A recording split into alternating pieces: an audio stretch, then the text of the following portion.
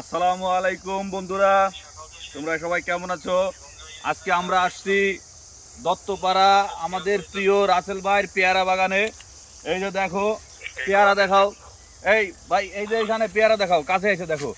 এই যে পেয়ারা কি সুন্দর ঝুলে ঝুলে রয়েছে, তোমরা দেখো চারপাশে পেয়ারা, শুধু পেয়ারা আর পেয়ারা।